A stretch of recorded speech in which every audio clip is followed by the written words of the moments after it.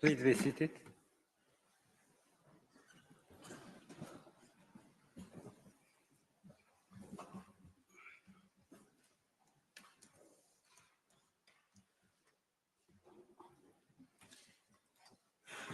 The sitting is open.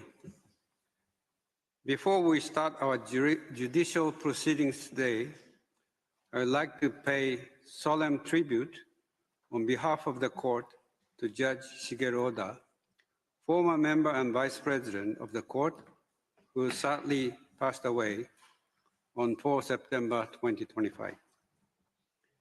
Judge Oda was born in Sapporo in 1924. He studied law at the University of Tokyo, where he graduated in 1947 and subsequently obtained a doctorate in jurisprudence from Yale Law School in 1953. While interested in all aspects of international law, Judge Oda particularly focused on the law of the sea, a dynamic area that was still evolving at the time. He participated in the first, second, and third United Nations conferences on the law of the sea as a member of the Japanese delegation. He was thus able to combine a thorough academic knowledge of the subject with the practical understanding of how to codify a complex legal regime dependent on the agreement of numerous participants. These many and varied formative experiences stood Judge Oda in good stead when he was elected as a member of the International Court of Justice in 1975 at the age of 51, making him at the time the youngest judge on the bench. Moreover, he remains unique in being the only judge in the history of the court to have served for 3 whole terms, a total of 27 years until 2003. He was also entrusted with the vice presidency from 1991 to 1994. At the court, Judge Oda was admired for his notable intellectual rigor, his courteous collegiality, and his unswerving independence. Indeed, another distinctive aspect of his participation in the work of the court was his propensity to append separate and dissenting opinions to the decision of the court, which contributed to keeping the judges in the majority accountable for the reasoning underpinning their judicial findings. His opinions have since been published in a 2-volume book providing in-depth insights into the collective rulings of the court for the benefit of future generations of scholars. This idea of creating bridges of knowledge between generations encapsulates Judge Oda's consistently nurturing approach to lawyers and jurists at the start of their careers. Beyond his stellar role as the doyen of the court, he is remembered for having always and enthusiastically engaged with young colleagues known as university trainees at the time, giving freely of his time despite his many professional commitments. During Judge Oda's remarkable life, he displayed wisdom, dignity, and integrity in all of his endeavors. He leaves to the public as an intellectual treasury, a precious collection of learned publications and research, from his commentary on the United Nations Convention on the Law of the Sea to his lectures at the Hague Academy of International Law. He was honored during his lifetime in myriad ways. He was a member of the Institut du Droit International and was a recipient of numerous prestigious awards, including the Order of Culture in 2012. Most recently, in 2024, an international symposium was held in tribute to him at the Center for International Law and Policy at Tohoku University on the occasion of his 100th birthday, for which I was delighted to give the keynote speech. The legacy which Judge Oda bequeathed to us is exceptional and unique. He was truly a titan of international law and will be greatly missed. We extend our deepest sympathy to his family at this sad time. I would now like to invite you to stand and observe a minute's silence in memory of Judge Shigeru Oda.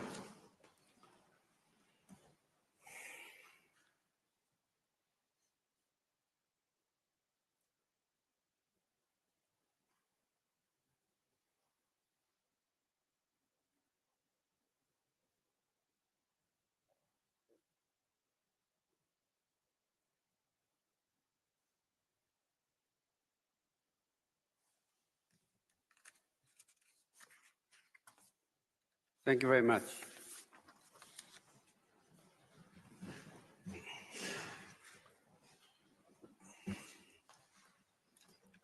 I shall now turn to the judicial proceedings before the court today.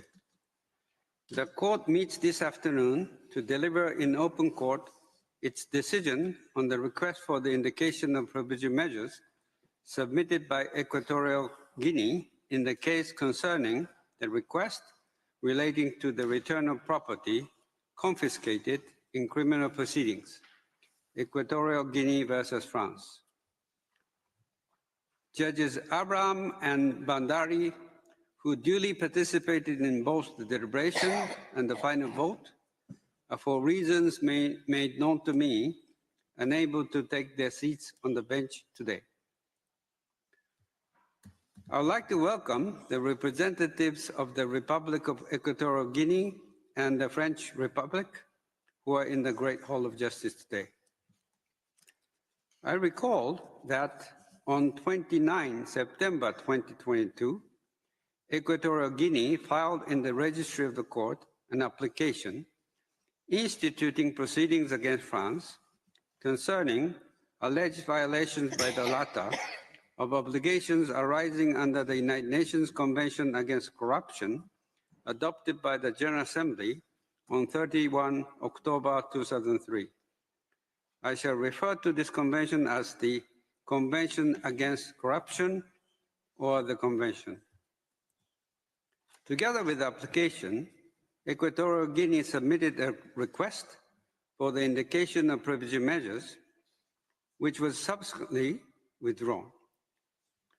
On 3 July 2025, Equatorial Guinea, referring to Article 41 of the statute and Articles 73, 74, and 75 of the Rules of Court, filed a new request for the indication of provisional measures, which is now before the court. In accordance with the usual practice, I shall not read out the introductory paragraphs of the order, which set out the procedural history of the case. I shall also omit or summarize some other paragraphs. I shall therefore begin the reading of the order at paragraph 19. The court begins by recalling the factual background of the case. It first recalls that on 2 December 2008, the organization Transparency International France filed a complaint with the Paris public prosecutor against certain African heads of state and members of their families in respect of allegations of misappropriation of public funds and related offenses in their country of origin, the proceeds of which had allegedly been invested in France. This complaint was declared admissible by the French courts, and the judicial investigation was opened in 2010 in respect of multiple offenses. The investigation focused in particular on the methods used to finance the acquisition of movable and immovable assets in France by several individuals, including Mr. Teodoro Nguema Obiang-Mangue, son of the President of Equatorial Guinea, who was at the time Minister of State for Agriculture and Forestry of Equatorial Guinea, and who was subsequently appointed second Vice President and then Vice President of Equatorial Guinea in charge of national defense and state security.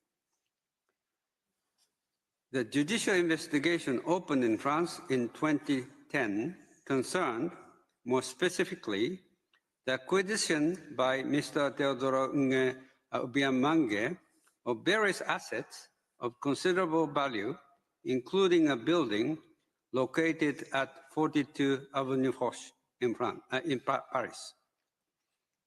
In 2012, this building was subject to a protective measure known as saisie pénale immobilière, following a finding by the French courts that it had been wholly or partly paid for out of the proceeds of the alleged offenses under investigation.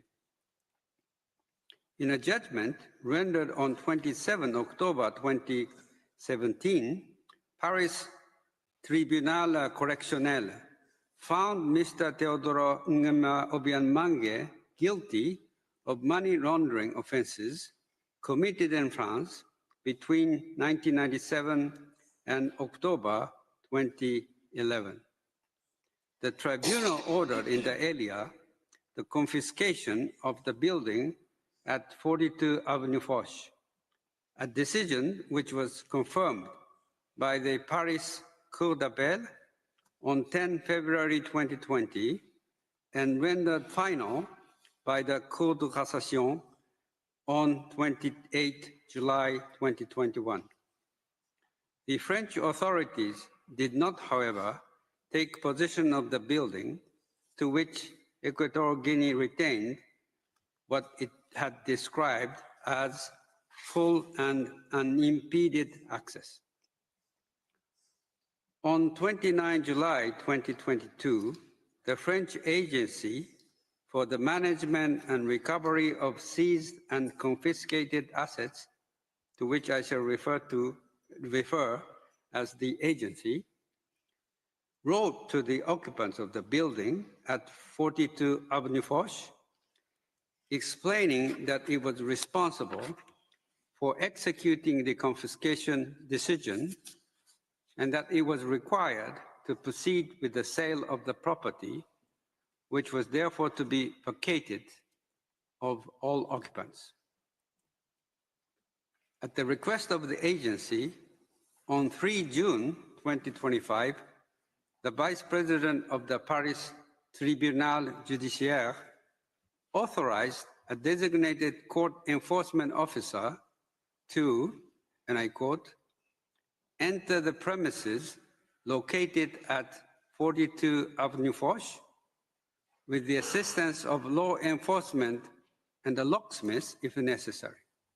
And two, check the names on the mailbox and make a record of the identity of all the occupants to determine the means, origin, date, and conditions of entry to the premises, and if applicable, the title on the basis of which the premises were entered, and to conduct an inventory of the confiscated units. End of quotation.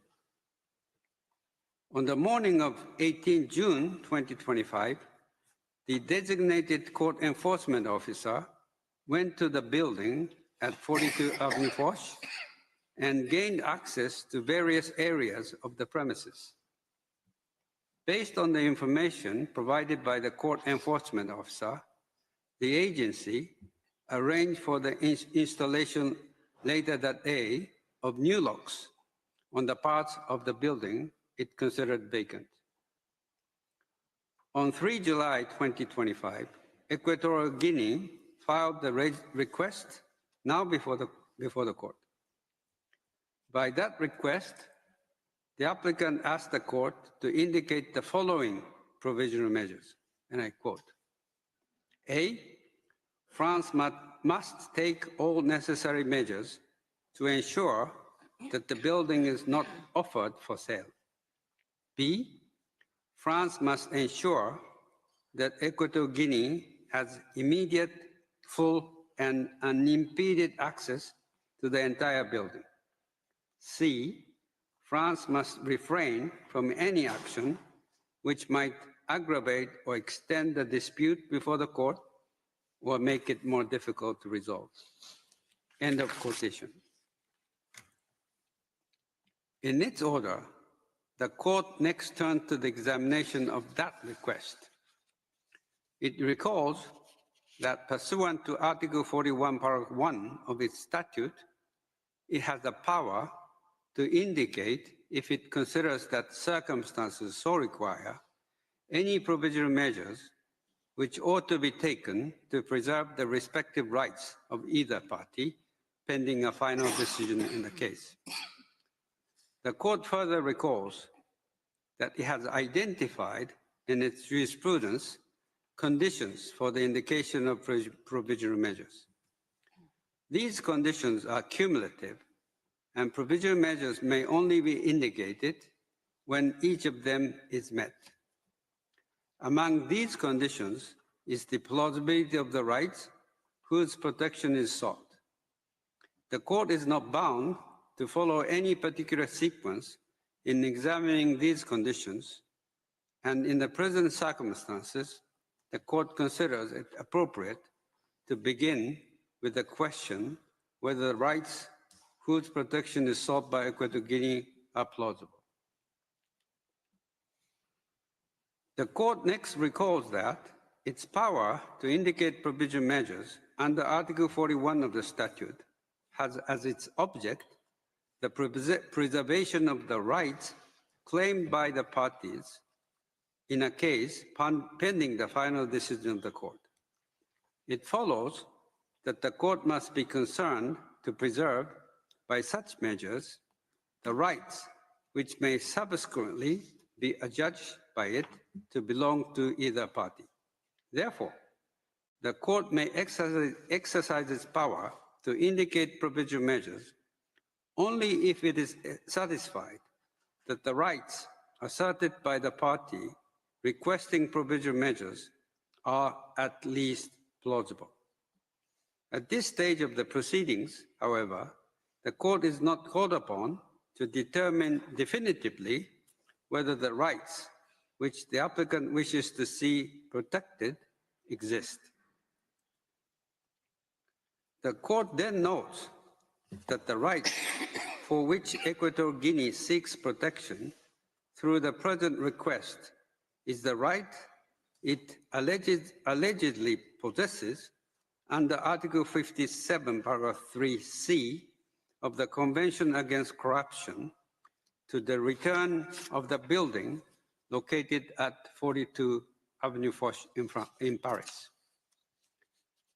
The court recalls that the building was confiscated in accordance with a decision of the Paris Tribunal Correctionnel of 27 October 2017, confirmed by the Paris Cour d'Appel on 10 February 2020, and rendered final by the Cour de Cassation on 28 July 2021.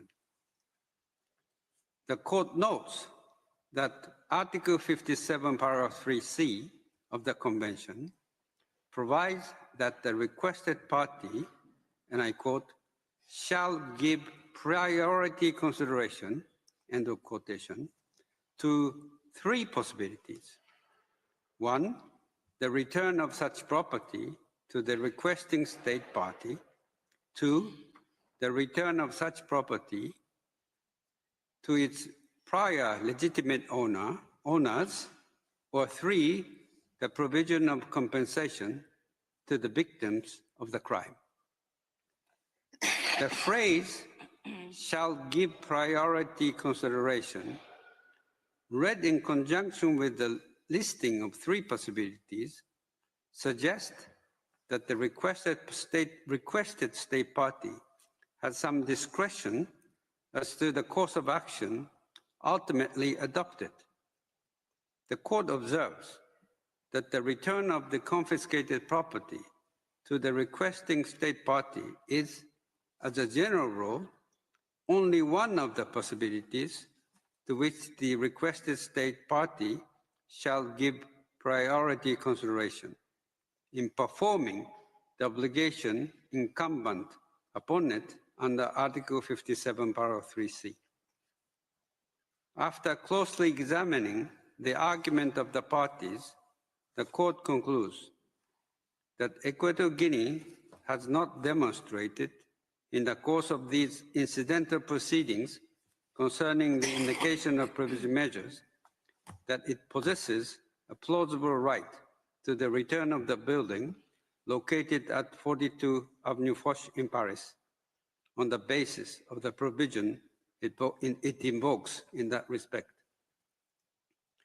In addition, the court does not consider that the other provisions invoked by Equatorial Guinea, namely Article 4, paragraph 1 and Article 51 of the Convention, contain separate rights that are of such a nature as to require protection in the circumstances of the present case, pending the final decision of the court. The court next recalls that the conditions for the indication of provision measures identified in its jurisprudence are cumulative. Therefore, having found that one such condition has not been met, the court is not required to examine whether the other conditions are satisfied. The court concludes that the circumstances as they now present themselves to it are not such as to require the exercise of its power under Article 41 of statute to indicate provision measures. The court then reaffirms that the decision given in the present proceedings in no way prejudges the question of its jurisdiction to deal with the merit of the case or any questions relating to the admissibility of the application or to the merits themselves. It leaves unaffected the right of the governments of Equatorial Guinea and France to submit arguments in respect of those questions. I shall now read out the operative part of the order. For these reasons, the court, by 13 votes to 2, reject the request for the indication of provision measures submitted by the Republic of Equatorial Guinea on 3 July 2025. In favor, President Iwasawa, Vice President Sebutinde, Judges Tomka, Abraham, Shue, Bandari, Nolte, Charlesworth, Brandt, Gomez Robledo, Cleveland, Arescu, Tuladi. Against, Judge Yusuf, Judge Ad hoc Elias. I shall now call upon the registrar to read the operative part of the order in French. Par ces motifs, la Cour, par 13 voix contre 2, rejette la demande en indication de mesures conservatoires présentée le 3 juillet 2025 par la République de Guinée équatoriale. Pour M. Iwasawa, président, Mme Sebutinde, vice-présidente, M. Tomka Abraham, Mme Choué, M. Bandari Nolte, Mme Charlesworth, M. Bran Gomez Robledo, Mme Cleveland, M. Orescu Tladi, juge, contre M. Youssouf, juge, M. Elias, juge ad hoc. Judge Tomka appends a declaration to the order of the court. Judge Yusuf appends a separate opinion to the order of the court. Judge Nolte appends a declaration to the order of the court. Judge Tladi appends a separate opinion to the order of the court. Judge Ad hoc Elias appends a dissenting opinion to the order of the court. The text of the order is available from today in typescript. It will be available shortly on the court's website. The printed text will be available in due course. As the court has no further business before it today, I declare the sitting closed.